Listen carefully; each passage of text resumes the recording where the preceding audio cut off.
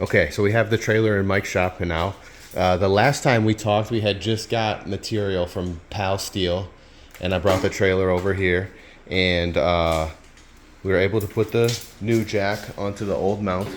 We just had to remove some metal, and then chipped away a whole bunch of the tar that was stuck to the back of this to prep the surface for welding. And then you can see Mike has been busy doing some welding. So we got the base going around the outside to hold up the deck, and then the fenders are made. And we were just talking about these stake pockets. And we also have the trailer lights here. Yeah. So what I can do is we can take and build a steel box. I'll even go as far as cut an opening on the side of the box so you can see this light. But that'll all be welded onto the trailer, and then the gate pocket will go next to it. Mm-hmm. So this will be made, just like the fenders, they're going to be made where they're going to take some beating. You're going to be able to stand on them without damaging the light. Yeah. Run into things. There's nothing more frustrating than, wires getting torn off and lights being busted. Yeah, look how beefy these fenders are. Talk about the fenders real quick. What'd you do So for those? these are 7-gauge deck plate. I've long time ago, I had a guy make a joke to me that he says, "Yeah, I'd like fenders I can drive on," and I'm like, "Oh, yeah, I can do that." Yeah, So might as well. I've been making fenders for utility trailers this way. You will wreck whatever it is you run into before you wreck these. Yeah, right. They add some weight, but you'll never have to worry about, ooh, careful. Yeah. Yeah. Sadly, one of the trailers I made where the fenders were on the outside of the frame, these are going to be on the inside, which means, so it's a long story. But anyhow, being on the inside, you want them nice and heavy like this because you're going to be throwing wood on there, and you don't want to worry about, bending them and knocking them down so where they're going to rub into the tires. Well, having them flush like this, I mean, just the way that the log yard is so crowded with piles of, branches and whatever, something is going to brush along here, and that's get smashed up. I mean, I'm definitely going to be backing this into tight corners to pick up wood and stuff. So that's why even the tail lights mounting and stuff is going to be in such a way where they're going to be heavily guarded. So we'll do that. The lights, we'll run all the wiring of lights in 1/2-inch pipe on the underside, and that'll protect all your wiring from brush and God knows whatever else you run over. So you just go down maybe like one of these here. I'm not 100% sure. I'm going to find the best way to route it. I'd like to do it inside these channels somehow, or within that. Somewhere in the middle?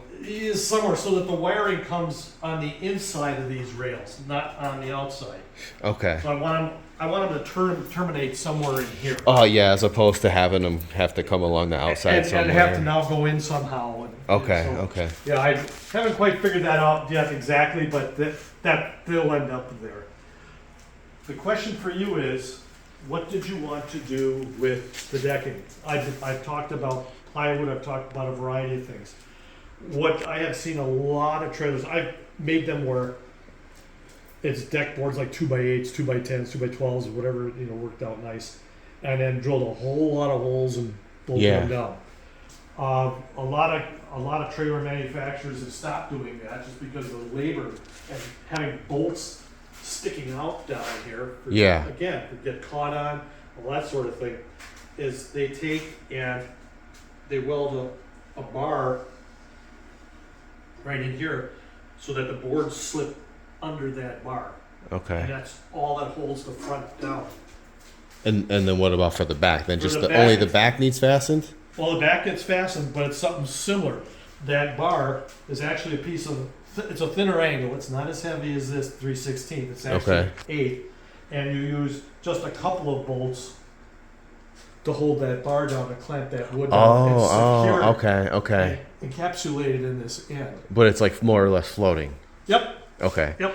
So I was talking to someone earlier today that Ian told me about, and he has some honey locust and black locust boards that I think I will use. So that'll be really strong and durable, and then he's got some lighter weight stuff I can use for the sides. But I like that idea rather than doing a bunch of bolts and holes going through it and stuff. Just pin it down on the ends. I like that. Yeah. As far as bolts go, maybe 5/16. I wouldn't go much bigger than that because when the time comes, they're going to be rusted. Yeah. You'd rather have them bust off rather than spin loose. Now you got to fight with that. Extract them, yeah. Yeah, just bust them off, pull it apart, get some more bolts and put it on there. And those would be like the carriage bolts that have the domed head. Yeah. Yeah. Yeah. Okay.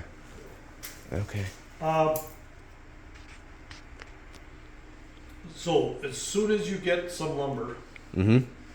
now, of course, this one here up in this area, you're gonna run some bolts in because it'll be encapsulated back here, but it's gonna stop here, so you'll put a couple. Okay. Yeah, just a couple in there. But the nice thing about that is, it's all guarded. Okay. It's not like they're gonna be sticking out anywhere. Sure. Okay. So, yeah, if you can get some lumber, I'm guessing it's going to be like 1.5 inches. You don't need to go more than that. Yeah, for hardwood, I'll probably just do 4/4, so like 1 inch or 7/8 should be enough.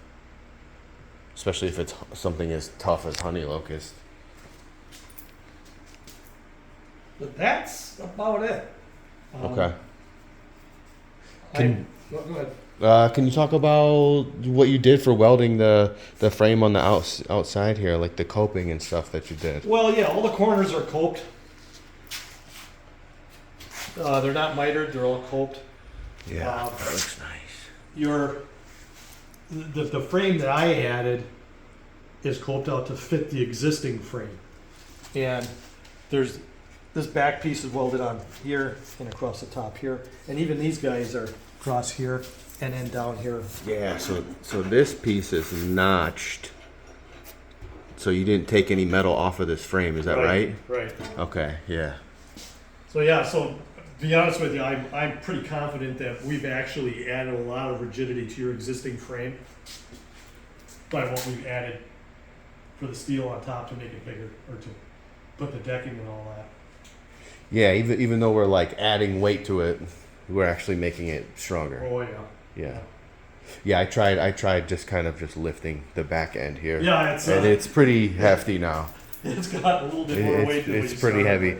And that really makes me want to not go too crazy with like whatever wood we use for the sides and stuff. Maybe something heavy for the deck, but then like keep the sides pretty lightweight. Yeah. Because that's just empty. It's heavy. Yeah. And I'm going to be filling this thing up, so. Well, yeah, you'll be, as you're loading her up, you'll have to watch, the springs deflecting and tires squatting and all that stuff. Yeah. Keep But, an eye on this. That's not uncommon for, a utility trailer like this.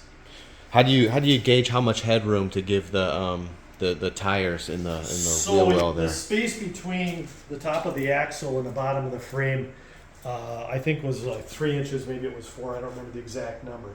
Okay. So I made sure that there was at least that. Yeah. And a little extra. Because it shouldn't bottom out any more than that.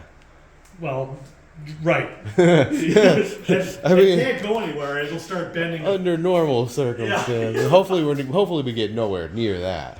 Yeah, but that's typically what I've done just to make sure that there is.